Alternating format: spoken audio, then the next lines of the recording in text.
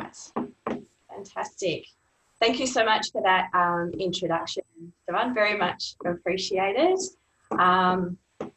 Yes, let me move on to my next slide. So I know an acknowledgement to country has already been done, but I would also like to do my own. So I'd like to say Kaya, and I acknowledge the Noongar people as the traditional custodians of this land in which I host this webinar this morning.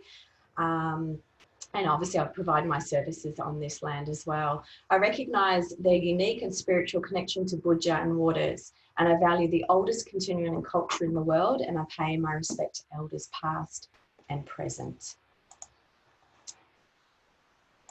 So Stefan has given a brief introduction on myself, so I'll try not to repeat any of that.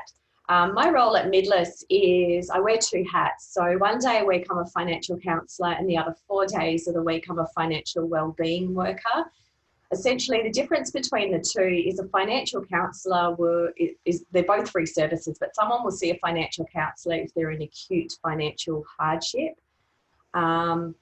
And then we'll obviously navigate and advocate on their behalf to creditors and whoever else we need to speak to. As a financial wellbeing worker, the idea is to see someone or to be with a group of people before they fall into acute hardship. And that's to provide them with education, training and coaching around pretty much anything related to money and finance. And I do that in a number of ways. And obviously COVID-19 has thrown a few challenges where we're now doing things via Zoom, which is great, sort of taken away from a bit of the face-to-face stuff we're used to doing. So that's the main differences between the two and what I do.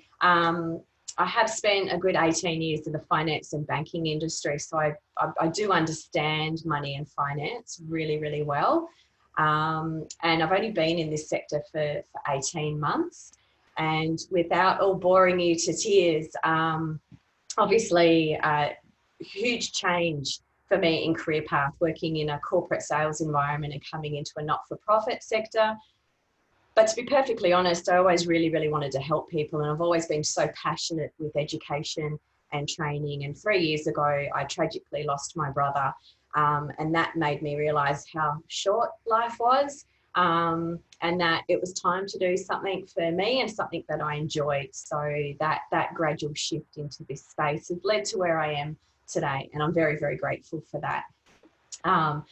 Which leads me into my passion. One of those is obviously, like I mentioned, education and training, but also focusing on youth and women in particular as well. So I'm so privileged to be able to obviously to speak to you all today. The topics that I want to try and get through today, and I'm acutely aware of the time that I have, so I'll do my best. I want to take everyone through just a few real life examples that I've come across recently, just in regards to looking at obviously the inflated Centrelink payments that youth in particular are receiving, but people are also on JobSeeker are receiving as well. Looking through the pros and cons of those. Taking you all through a few activities that you could do with your clients. And obviously you deal in the youth space. So I want to take you through what a spending plan looks like, how you could possibly introduce that. The concept of bucketing your bank accounts, which is really popular at the moment, but that goes hand in hand with a spending plan. Looking at how to pay down debt, because obviously I understand a lot of youth have all kinds of debt. So how do we do that? How can we do that effectively? And if time persists, I want to talk briefly in regards to resume and job seeking as well. So just some hints and tips on what some young people can be doing now to set themselves up for success in gaining employment off that youth allowance, if that's what they're on. I also have a page of resources as well, and we'll take any questions. Stefan has a copy of this presentation, and I'm more than happy for him to distribute that to all of you at the end of today. So yes, please take notes if you wish, or otherwise sit back, relax, listen, and knowing that you'll get a copy of this presentation afterwards. All right, so obviously at the moment, we're in a period where for 6 months we know that the federal government has, well, it has supplied what we call a coronavirus supplement in addition to the base youth allowance at the moment. And what I'm going to take you through is these next couple of slides will actually take you through some real life scenarios that I've come across in the last few months. And I want to talk you through these particular clients and their stories as well. And just to get you thinking, you know, how we could be assisting at a ground level and what the future does potentially look like for these people as well. So here we can see, this is Chantel. So Chantel is currently receiving a youth allowance. So she's 20 years of age, she's single, she's currently studying part-time at TAFE. She's proactively trying to look for work, so either part-time or casual, something. At this point in time, she actually can't live at home with her parents for a particular reason. So she's actually renting with a friend. She pays about $300 a fortnight in rent. That's her contribution to the household there. What we can see is obviously what Chantel is currently eligible for and what she is receiving. So she's got the base youth allowance, she's entitled to the rent assistance and the energy supplement, which at the moment comes to a total of just over $1,000, so $1,100. She was also eligible, and she did receive back in April the $750 economic support payment. Not sure if you're all aware, but the second economic support payment is getting distributed and credited to people's bank accounts as of the mid-July. Those on youth allowance and JobSeeker are ineligible to receive that extra $750. Okay, so she's received all of that at the moment. With Chantel, she's been using that extra money, that extra $550, to buy all the kinds of things that she really wanted prior to COVID. So, you know, she's gone out, she's bought some splash sneakers, you know, she's gone to the hairdresser finally to get her hair done. Her and her friends have gone halves and bought a new TV for their flat. Plus, she's admitted she's, you know, openly ordering more Uber Eats than she has before as well, for obvious reasons. The extra $750 that she received as an economic support payment, she actually used that as a deposit for a car. Unfortunately, she didn't have, obviously, the entire amount to purchase the car, so she took out a loan as a result of that as well. So she's now got a car loan. She's also got a series of afterpay debts as well. She's making the bare minimum monthly on all these debts. So her car loan's about $120 a fortnight, and her afterpay, she's paying about $40 a fortnight on her afterpay. So what's that, about $160 a fortnight. So that's how she currently stands at the moment. She can afford all of that. So she can afford rent, she can afford her debts, plus her other household expenditure. So she can afford, obviously, to pitch in for groceries. She receives the energy supplement. So yeah, she can pay electricity and water, etc. So she's actually sitting in a good amount of surplus. If you were to put like a spending plan together for Chantel, she actually is currently in surplus, and it was in surplus between $200 and $300 a fortnight at the moment. Now, if I shift forward to the next slide and look at, well, what does Chantel's life look like post-COVID? So let's come the end of September, beginning of October, and that $550 a fortnight is removed. This is potentially what her situation financially is going to look like. So we can see here that the base youth allowance is the same. The rent assistance and the energy supplement are still there, but it's gone from $1,100 to just over $560 a fortnight. And also remembering that she's not eligible and she won't receive that extra $750 economic support payment either.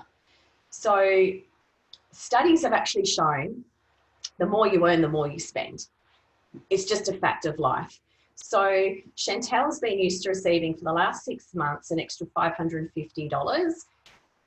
She's obviously changed her patterns of spending. She's created new habits over those last 6 months. She's accrued extra debt as a result of this.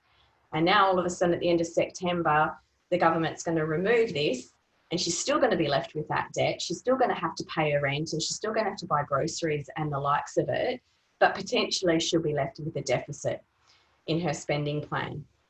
So thinking about all those commitments, when I added it all up, it actually worked out that Chantel, at the end of the day, when paying for her mobile phone and her broadband, etc., and contributing, she had roughly, give or take, $30 or $40 a fortnight left in her overall spending plan once that $550 has been removed.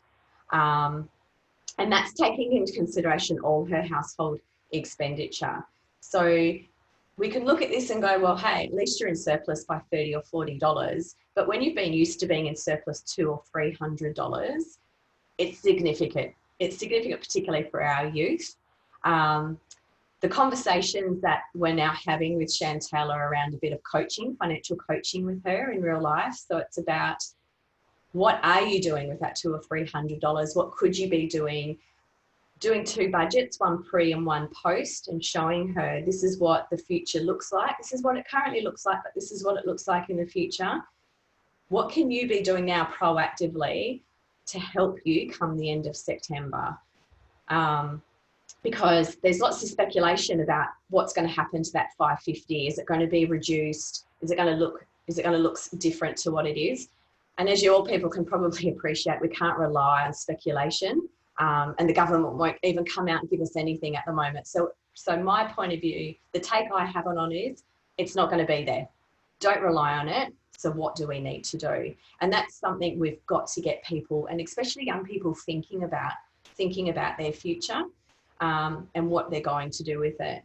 And obviously I can sit here and I can say to someone, we should put it into savings and it should go towards an emergency fund, which is all good and well, but that's got to be their decision, and they've got to come to that realisation. I think that's really, really important as well. And I'll talk a little bit more in detail about that later. So that's Chantel's story. If I flick through now to Ahmed's story, so his is slightly different. Again, so Ahmed is 18 years old and he's single. He's looking for full-time work. He graduated from year 12 last year, so he's been proactively looking for work. He's still living at home with mum and dad and his siblings. Ahmed currently helps his parents out financially. So obviously that extra $550 that he's receiving a fortnight has been a blessing towards his family's household. So he contributes with board and other expenses, and he pays mum and dad about $250 a fortnight, give or take. And obviously mum and dad rely heavily on that extra $250, because that goes into obviously the running of the overall household as well. So they actually live in a house that's owned and run by the Department of Housing. We can see that Ahmed too, he was eligible for that $750 economic support payment, which credited his account back in April. And once again, just like Chantel, he's not eligible for the second round of economic support payments that are due to hit in July. So we can see there that at the moment he's receiving about, $854 a fortnight.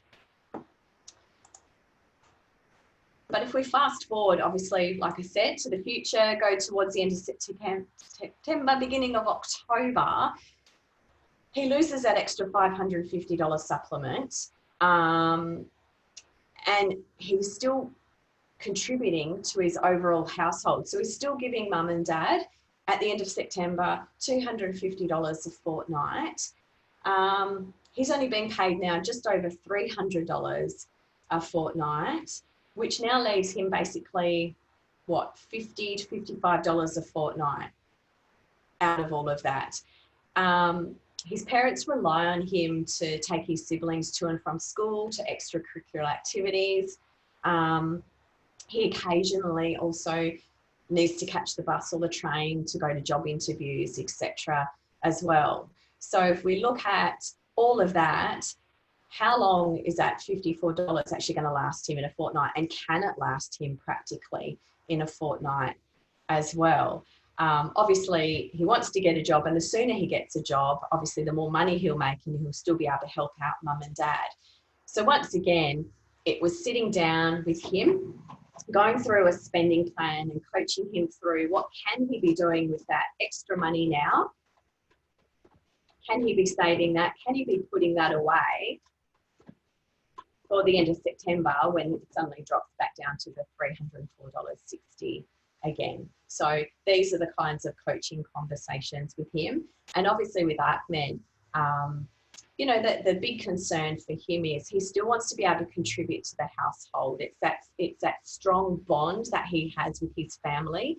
As the eldest son in particular, he feels he needs to contribute. It is his role and his right to contribute to the household. And once again, it's not for me to sit there and say to him, you don't need to contribute $250. It's your money. You get paid it. You can do whatever the heck you like with it.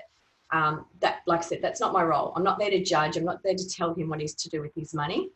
It's just to simply highlight those things which may stand out, the changes that are coming, and to help coach and assist him through how can he do things differently towards the end of the year without relying on that. So they're the two different scenarios that I'm dealing with at the moment, and the two different conversations that we're having as well with these people. I'm happy to take any brief questions if anyone's got any before I move on to my next slide.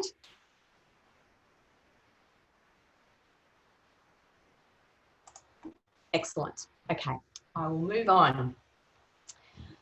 Okay. What I want to talk you through is what's called the circle of concern. Some of you may or may not have heard of this before, but I've got to tell you, this is a fantastic coaching tool. It can not only, it doesn't necessarily have to be used with someone when you're talking something money or finance related. Believe it or not, I've actually used it at home on my husband and my eldest daughter. So who have got their own stresses going on with school and work at the moment. So I sat down and we did this together. But it's really good. It's quite cathartic. And at the end of the day, even if people just put their concerns down on paper, I think is a huge step. And it works with anyone. You know, you don't have to be an adult. You can be a young person, like I said, going through this. So let me explain how the circle of concern actually works. So the idea is to get a piece of paper and to literally draw 3 circles. Doesn't have to be anything fancy at all. And the idea is to write on the outer circle what I can control, the inner circle what I can't control, and the middle is a focus area. It's then getting the person to go, okay, what are my concerns? And they can be any concerns they have when you do this. And even when I'm doing this from a coaching perspective, I get them to write down any concern they have. So I put down a few concerns here from some of my clients in recent times.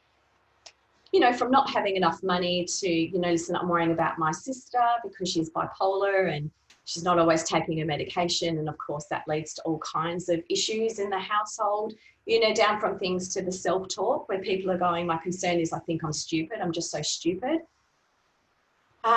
You know, and even people going, I'm getting corona. I think I'm going to get coronavirus. So I get them to list holistically, what are all your concerns? Put them down on the outsides of that circle. Once they've listed all their concerns, it's then a case of starting at number 1 and going, right, is that inside your control? Is it outside of your control? So something you can't control. So which is it? So I then get them just to draw a simple line to wherever it is.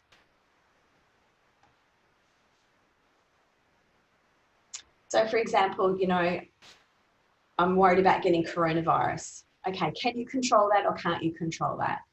Well, it's something you can control to a degree, you know, wash your hands, sanitize, sneeze, cough into your elbow, you know, keep the physical distancing, et cetera, et cetera. you know, I worry about my sister and her bipolar and the way she can flip out, and she doesn't take her medication, and she really should take her medication, you know, people really taking that on board. Well, is it something you can control? Really? Can you control the fact your sister's not taking her medication? No, exactly. So let's put that into the what I can't control. So it's going step by step and getting them to place where their concerns are. Once they've done that, it's then going, okay, so all the things you can control, what would you like to focus on today? And this particular person here has said, you know what, Amanda, I really want to focus on not having a job. I go, okay, that's great. So let's focus on that. What can you do to help yourself get a job? And then obviously that's another set of activities and exercises that I would do with someone. Now, I think what's really important about this particular activity is, like I said, even if you just get your young person to write down their concerns and you don't get to the point where you're putting arrows in and you're having those deep, detailed discussions, that's absolutely fine. Like I said, I think a big part of it, it's so cathartic of just writing down what your concerns are. You know, the reality is it's on the piece of paper, and perhaps the majority of them are outside of my control. So I think that's a really, really powerful thing. And obviously the next powerful thing is as we won't judge. Let's not judge anyone for what their concerns are, regardless of perhaps how silly we may think it is. It's not silly to them. It's something they're thinking and feeling right now. And we need to acknowledge that and help them work their way through that. So like I said, this is a really great activity, really simple. There are templates if you want to Google it, but to be perfectly honest, you know, I just draw 3 circles on a piece of paper and sort of make it a little bit messy. But yeah, so there it is for you, the circle of concern. Any questions on the circle of concern before I move on?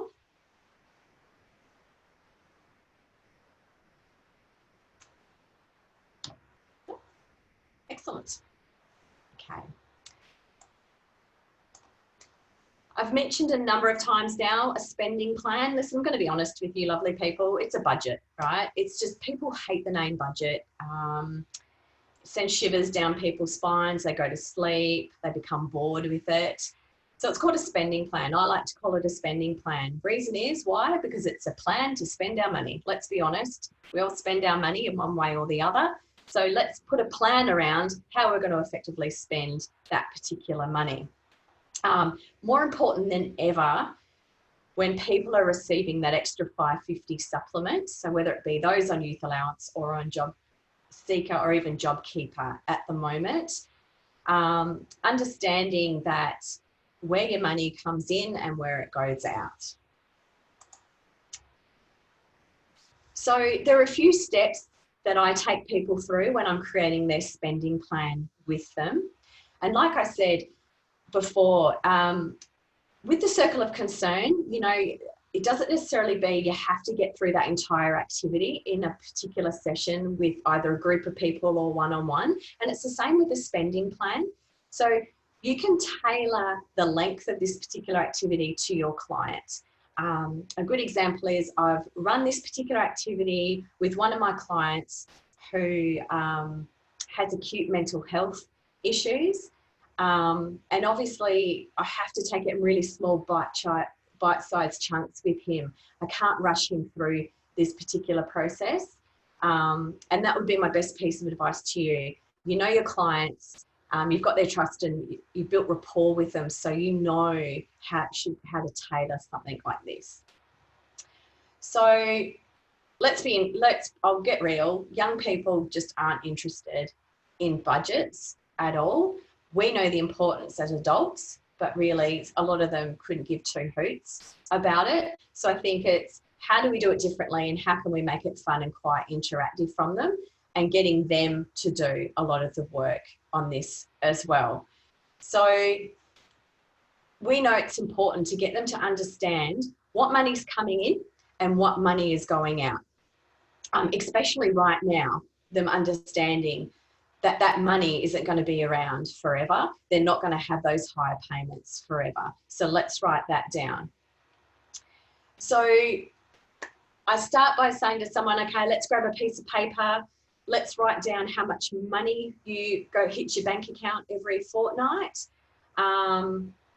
depending upon how tech savvy they are, some have obviously the banking app on their phone. Some just tend to know it. Some bring in, if they're on Centrelink, their Centrelink statements, so we can write that down. Others will bring in bank statements for me to have a look at. But either way, what's so important about this particular part of the activity is that people are honest. They've got to be honest. They've got to write down the exact figures. There's no point deflating particular, especially expenses, because they feel embarrassed by it. The other importance of this is that they can't feel judged when doing this activity, especially when it comes to listing their particular expenses as well. And in my role, it's not judgmental. We're not there to make any judgment calls against someone. It's just purely to coach and to guide them through. So recorded their income. And the best way to do this is if they're paid fortnightly, break everything down fortnightly, paid monthly, the same, and the same with weekly. I then also get them on the other side of the piece of paper is to write down all their expenses.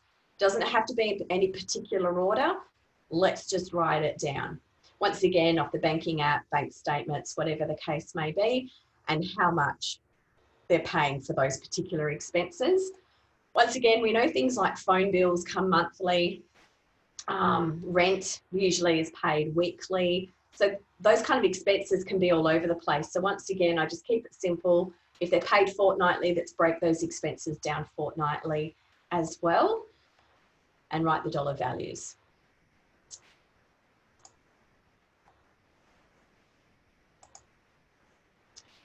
Once we've written down all their expenses and all the dollar values, what we then do is I transfer that onto a spending plan document. So you can see a copy of a spending plan document in front of you there on the slide. Caveat there, I stole that from the Money Smart website under their budget planner. It's a fantastic tool. It can either be done online or you can download this as an Excel spreadsheet. This is something personally I give to all my clients before I see them. So I'll send this in an Excel format and ask them to complete as much as they can and bring it with them for an appointment. So we get all those figures, we transpose them onto the spending plan, and then we go through it and I say to them, okay, of all these expenses, what is a need? And making sure they understand, they know what a need actually is. So a need is something essential.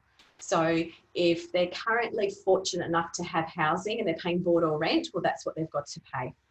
Okay, so that's essential. So that's a need. A want, for example, maybe, and listen, I'll pick on myself. A want for me is I buy a coffee once a day. I may argue that and say it's a need as well, but let's be honest, it's a want. So it's getting them to go through and classify that.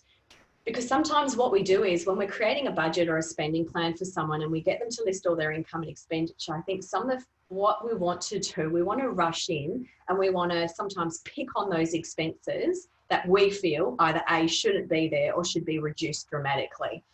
And the truth of the matter is that isn't up to us to do that. It's up to the client and the person you're working with to come to those realizations themselves. Because remember, these are all habit forming and we've got to try and change habits in a really positive way. So once we go through the needs and wants, you can then go to the wants and have a deeper conversation about those. So if you're having a chat to me and you're saying, okay, Amanda, I can see here you buy a coffee a day, so that's $5 because, you know, I don't drink cow milk. That's $25 a week. And I'll be honest, people, it's $1,300 a year that I spend on coffee. Don't judge. So you could have a conversation with me around, is there something that I could be doing differently in regards to buying coffee? What is it about, what attracts me to going and buying coffee every morning from the same coffee shop? Could I be making it from home? Do I realise that $1,300 a year could go towards buying a U-Butte little coffee machine for me at home? Could I reduce the amount of days I buy a coffee? So could I go from buying a coffee 5 days a week down to 3 days a week? And those other 2 days, I just make it at home and I bring it to work with me.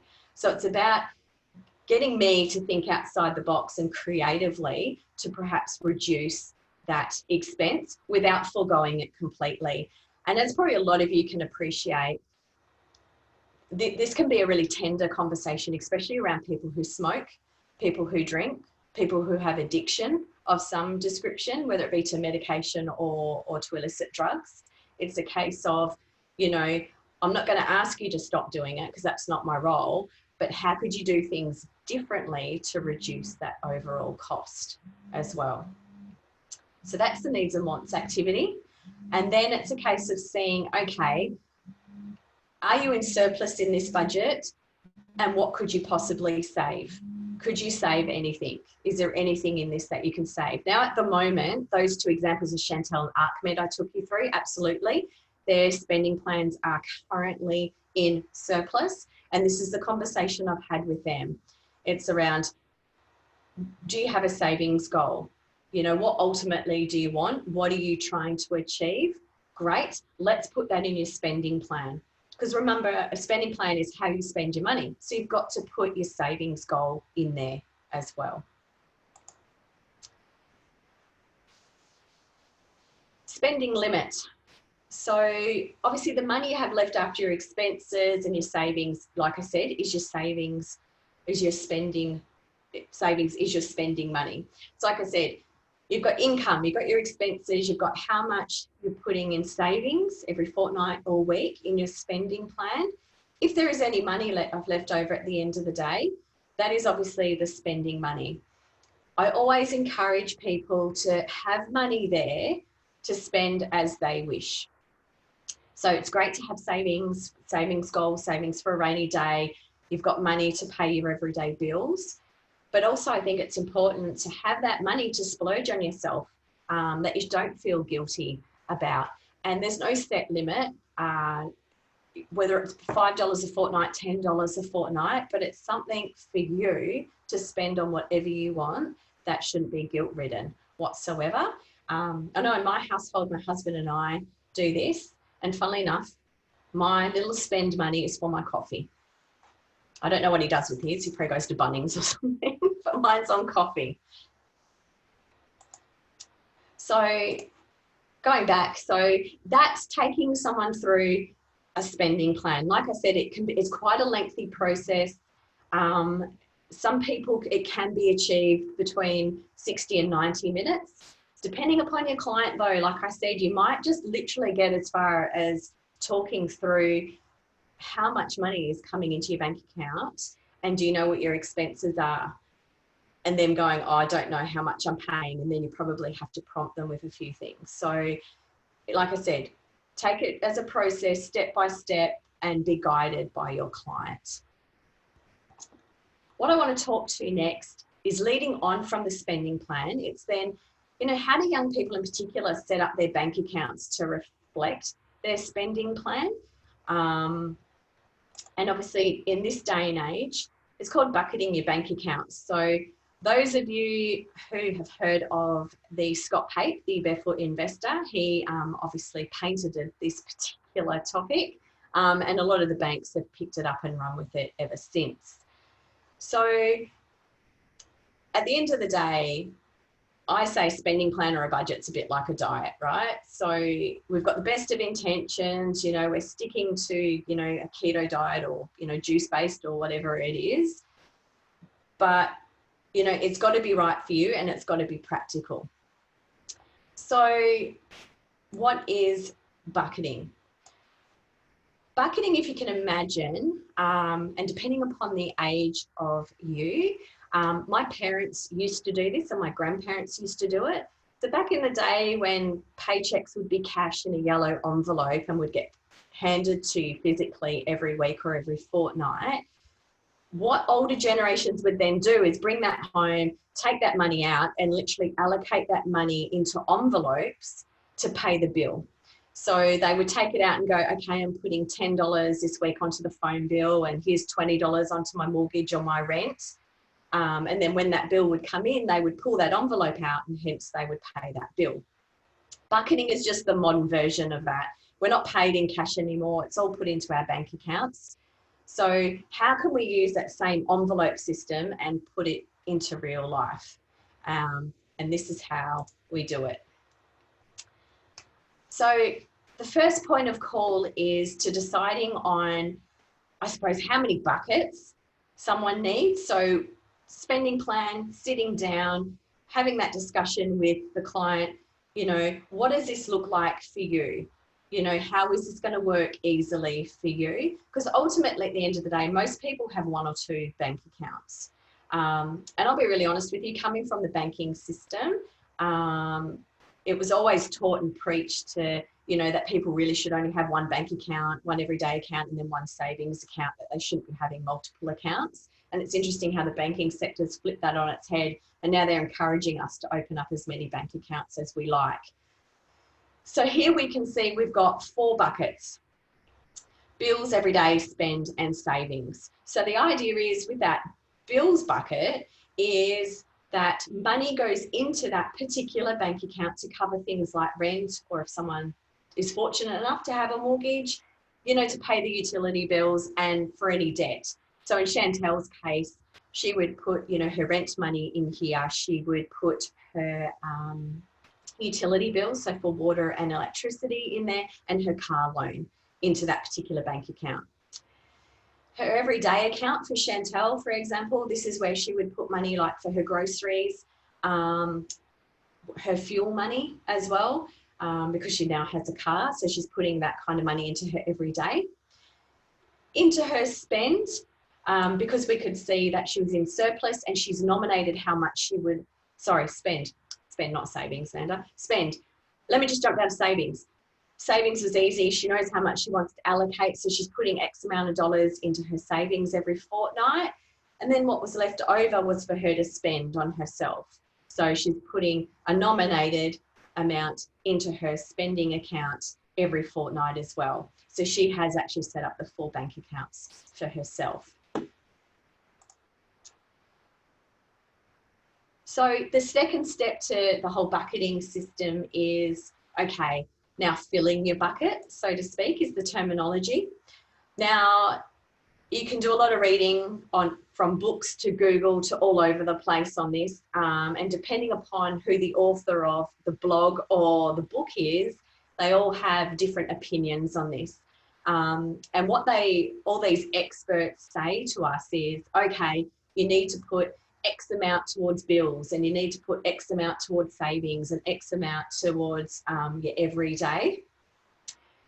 In my personal experience working with people and in this industry is people just don't fit to a set mold, right? We're all unique, we're all special. So to say to someone, you've got to put 60%, you know, of your household income towards bills and you've got to put 20% towards savings is just completely unrealistic. So I remove the whole percentage game and I just simply look at their spending plan and I go, okay, bills are classified as X, Y, Z. Let's go to your spending plan and let's add up what those bills are. Okay, John, that comes to about $100. So you've got to put $100 a fortnight into your bills account. You know, we said we're going to save $50 a fortnight. Okay, well, that's how much has got to go into your savings account. So I do it from a dollar value perspective rather than doing it from a percentage. So it's filling the bucket. Step 3 is obviously getting your buckets. So it's then a case of, okay, now you've got to go and set up those bank accounts. Depending upon the type of client that you're dealing with, that may be a really easy process. They may get that tech savvy. They can jump on their phone and open up 4 or 5 different bank accounts. We know there are other clients that just don't have that capacity, and we've got to step them through that process or advocate on their behalf and assist them with that as well, if this is the path they want to take. So that's step 3, is simply just going and getting your buckets. I'm not promoting any lender or any bank at all, which is the best one. Like I said, you can do different reading, and different authors will obviously advertise and talk about different banks. The biggest thing I can say is to ensure that your client or your young person is setting up bank accounts that are fee-free, that are not charging a monthly like account keeping fee, that aren't charging, if they drop below a certain limit, aren't charging them a fee for that either. So genuine fee-free banking that comes with a card, that's what you want. A majority of banks offer that, especially the major banks as well. Getting organised. So that part is, okay, if I've used to bank with Bank A, but now I've opened up all my bucketing accounts with Bank B, I've now somehow got to get my income from Bank A over to Bank B. So this is the organisation part. This is a case of your client notifying whoever they need to, whether it be Centrelink or if they're lucky enough to have a casual part-time job, to notify whoever it is to say, here are my new bank account details and this is where I want my money to go into starting X date. So this is the getting organised part for them. Step 5 is obviously labelling the accounts. Majority of banks and their online banking will actually allow us to nickname our bank accounts, and that's what I encourage as well. Because on paper, I'm very visual, so I actually draw buckets for people and I get them to write down the names they want to call their buckets, and then once they've set up their bank accounts, I get them to come back to me and we create the nicknames. So we pull out that piece of paper and I go, okay, you've got your 5 buckets, your 5 bank accounts, let's create the nicknames so you know what it is. We then get out their debit cards and a permanent marker and I just get them to write the nickname onto their debit card as well. So, debit card, say every day, debit card that says spend, for example, as well. So it's just the final part, bringing it all together, getting them organised and labelling everything so they actually know that they're on track with everything. Part of step 4, and I apologise, I forgot to mention this with getting organised, was then actually going, okay, Chantel, you've notified Centrelink. Centrelink are going to start crediting your new bank account as of next week. That's fantastic. And all your new Centrelink income is going to go into that bank account. How are you then going to get that money into your other 4 or 5 buckets? What's your plan with that?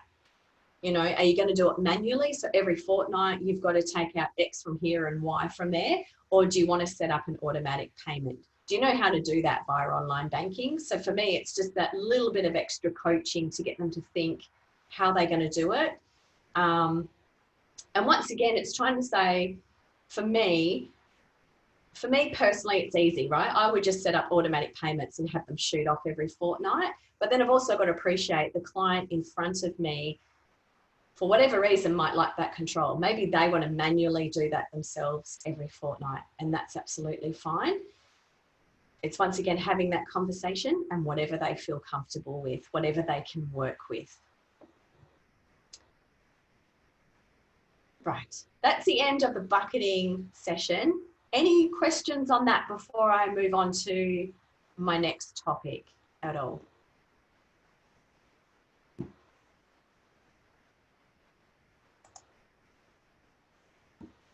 No, I'll push ahead. Okay. The next part is paying down debt. So what we're hoping is in that activity of creating a spending plan, we've actually captured the debt of the young person in front of us, if they have any debt. A lot of people do, unfortunately. That's fine, as long as we capture it and we mark it down. So how can we then coach and guide someone through paying down that debt quickly and not accruing any more debt in the meantime as well, because that's obviously the important part. Paying down is great, but let's not accrue any more debt if we can help it. So I've got some hints and tips on how to assist people in doing that. So the first part is what I call stacking the debt. What I mean by that is getting the client to write down all their debts. Doesn't have to be in any particular order to begin with, but just we want to know the balance and we want to know how much they're paying every fortnight or every month. Then next to that, I go, okay, let's stack it. So let's stack the debt from the least amount owing to the most amount owing.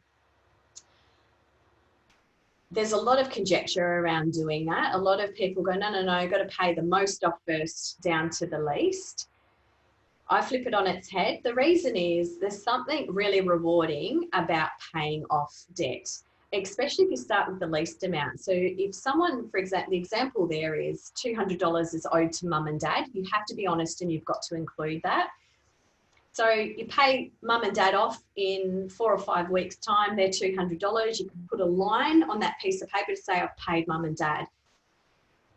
That sense of self-satisfaction is so rewarding. Whereas if you flip that on your head and concentrated on the $1,500 fine first, that would probably take 4 or 5 times longer than actually paying off mum and dad. And what I find is by stacking it from least to most, by getting that self-gratification and that reward, it inspires them to move on to that next step. And what people then I've found personally working with this is they go, oh, $400 on Afterpay. Okay, I'm going to make more than that minimum monthly repayment, Amanda. You know, like I know I can afford. I'm going to take, instead of having that personal spending money of $50 a fortnight on me, I'm actually going to take, I only want to spend $30 a fortnight on me. So I'm going to take that extra 20 and I'm going to chuck it on that Afterpay. And I'm like, that's fantastic. So suddenly now they're paying $60 or $70 a fortnight on Afterpay rather than the minimum of 40. So that goes to bullet point, the second bullet point of paying more than the minimum monthly amount. The idea here is stacking debt. They still have to make their minimum monthly repayments. But when you start off with the first debt, it's about, can you increase that minimum? So if you're paying mum and dad $20 a fortnight as a minimum, can you increase that a little bit? Can you increase it by $5 a fortnight to help pay more than the minimum and to reduce that as quickly as possible? The other conversation is also around, you know, if you do receive some unexpected money, you know, if you're privileged enough to have a job and you receive a little bonus, tax, obviously we're all about to do our tax returns, you know, if you're getting extra money there, the conversation is, what do you plan on doing with that? They're the conversations I've had around a lot of young people and or people on JobSeeker at the moment with, tell me, where did that $750 go? And I was sort of surprised by what a lot of people said. It didn't, unfortunately, go on paying down debt. It went towards making purchases of sneakers and TVs, etc. So once again, it's just highlighting, you know, receiving extra money and paying down that debt as well.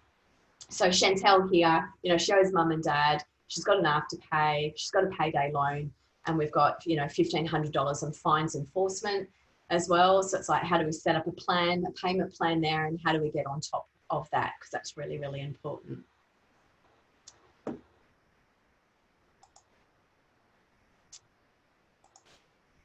Any questions on the paying down debt at all before I move on?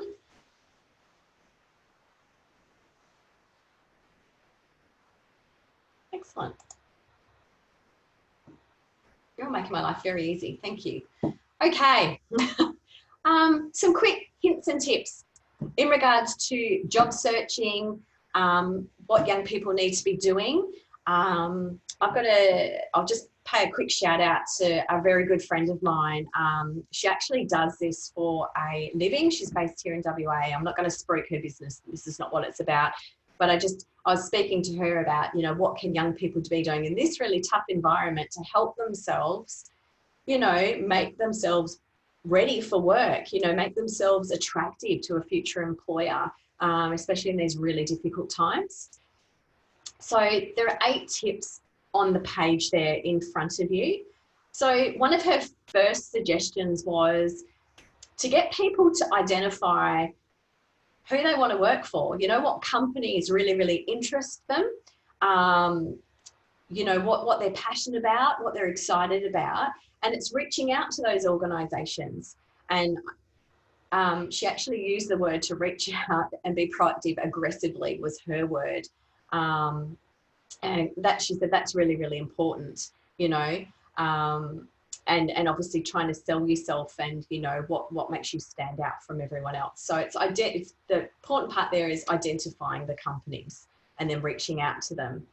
The second part is, as it states, so identifying your networks. So it can be hard depending upon the age of the person and if they've worked before, but it's really relying heavily on their networks to help them with seeking advice, getting information, referring them on to different organisations for employment. It's something that I've heavily relied on in the past. And I think it's something that we can teach young people as well, you know, regardless of, I think sometimes how old they are, they do have a little network and they can build on that as well. It's something as simple as, you know, if they are doing something on a regular basis, so they might be going, if they can, if they're fortunate enough, they might be going into their local cafe a few times a week, or perhaps they're going into their local McDonald's to buy something a couple of times a week as well. They may get to know the staff and the management, and when it's time they want a job, it's reaching out to those employers and their networks and asking for referrals.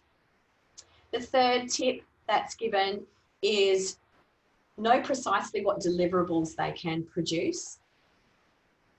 It's a bit of funny language. Ultimately, what that means is to understand what you can do, what your skill set is, what you're good at, and to obviously talk to your prospective employer about that. So that goes hand in hand with point number one. So when you're reaching out to different companies and recruiters and you're trying to sell yourself the best you can, it's to know, well, what can I bring to the table? What can I do for this company? You know, you want me because I've got X, Y, and Z.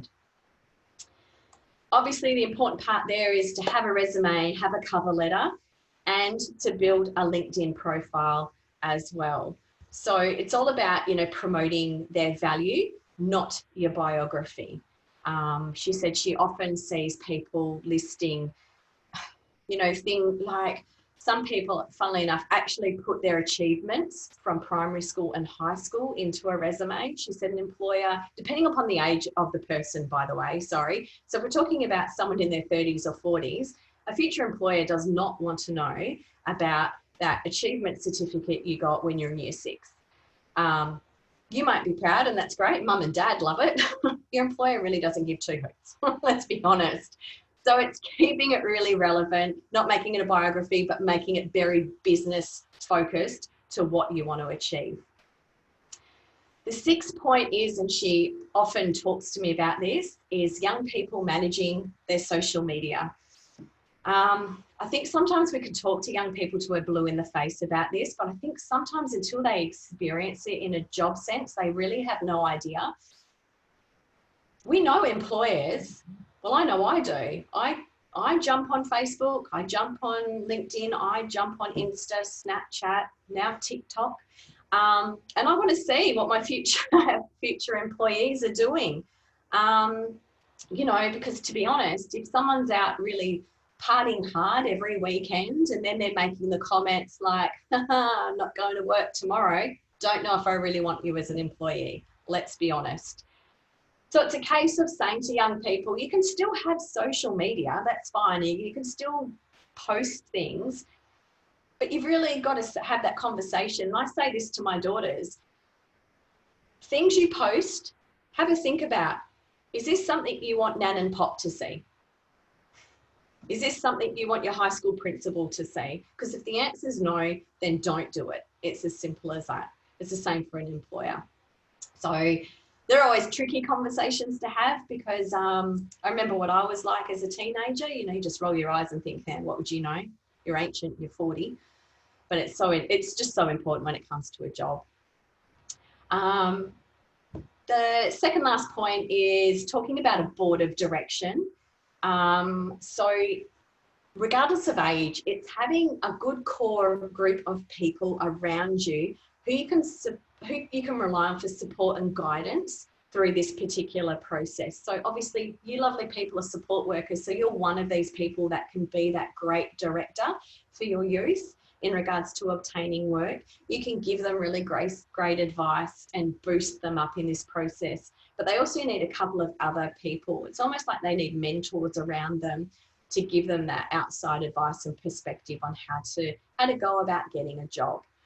And the last point's really important. I think for some young people, they love point 8 better than anything. And I like to talk this through with obviously people who are a little bit older, but it talks about, you know, don't neglect your life. So you're proactively on the search for a job and you're very focused on that, and that's all you're focused on. But it's a case of don't forget to, you know, smell the roses, take a walk, exercise, breathe. You know, it's important to do that. It's important to, I think, replenish yourself and replenish your soul, to look after yourself, especially when you're going through this process, and especially in these times as well, where everything's so heightened and everything is so uncertain at this point in time as well.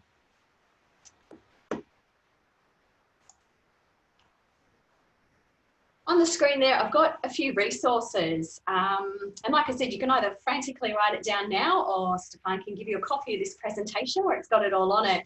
But I just wanted to, first of all, mention at the top there, it's MIDLAS. So that's the not-for-profit in the Midland area that I work for. All the services that we offer are free of charge. Some of them are restricted by boundary, for obvious reasons, because of our funding body.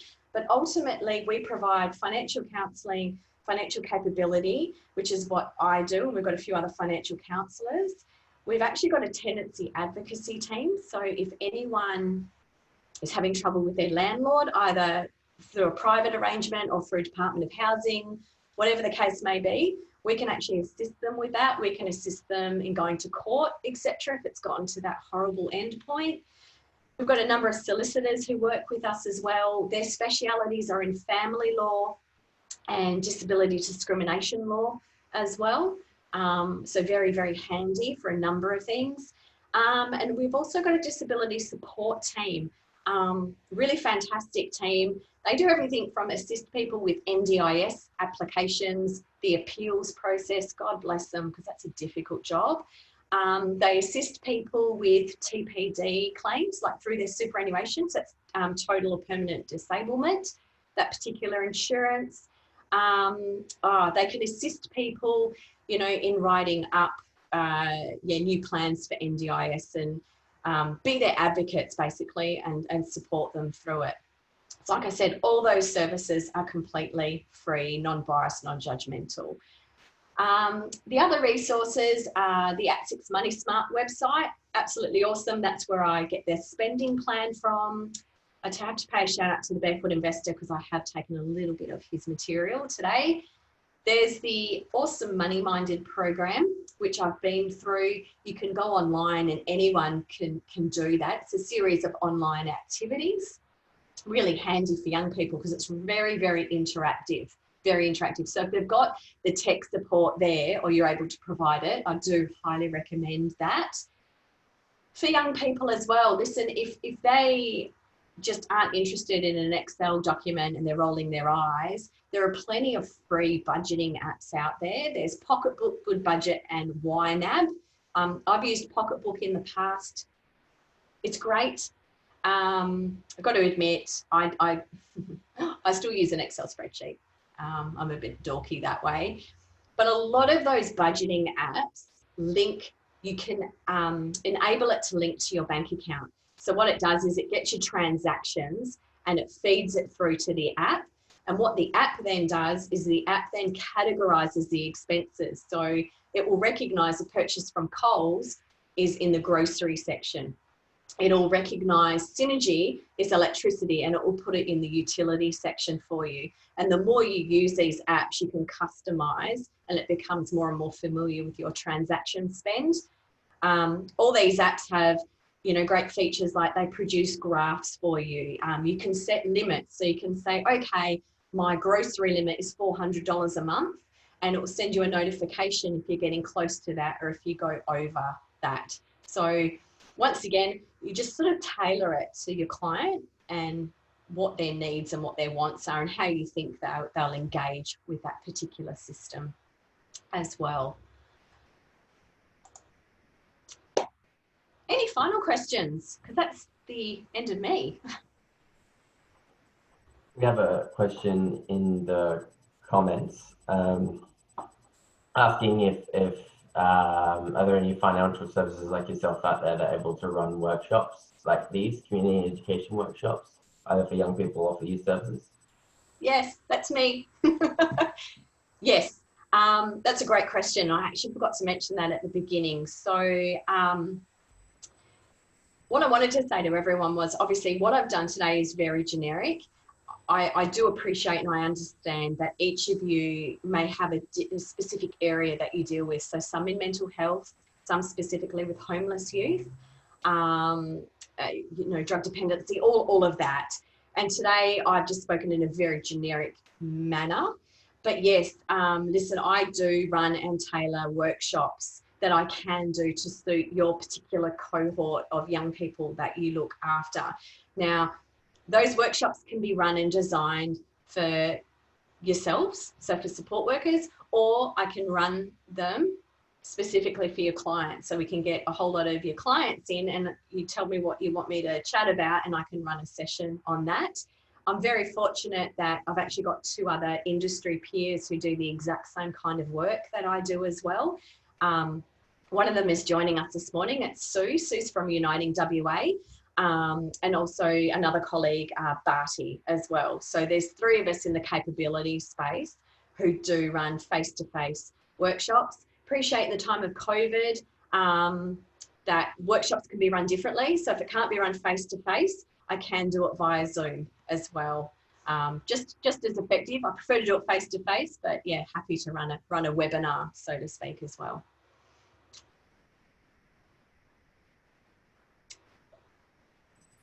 Thanks, Amanda. Are there any other questions around the presentation or anything? That's a bit fuzzy. No questions? No?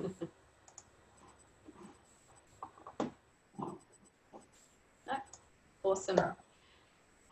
Thank you very much, Stefan, for organising this for me. And listen, thank you sincerely to each and every one of you for for participating or just for listening to me this morning. I really, really appreciate it. And I hope, listen, you got something, even if it's just as simple as the circle of concern, to be perfectly frank, but something. And if you would like myself or one of my colleagues to run a workshop of any description, face-to-face or via Zoom, as we are this morning, I think the best way to do it would probably be to reach out to Stefan. Would that be okay to say that? Yeah, Stefan can then liaise with me and we'll put that in practice. But yeah, listen, I live for workshops. It's what I'm really passionate about, especially with youth. So yeah, if it's something you want to do, please reach out. So yeah, and thank you very much for your time. It's been great.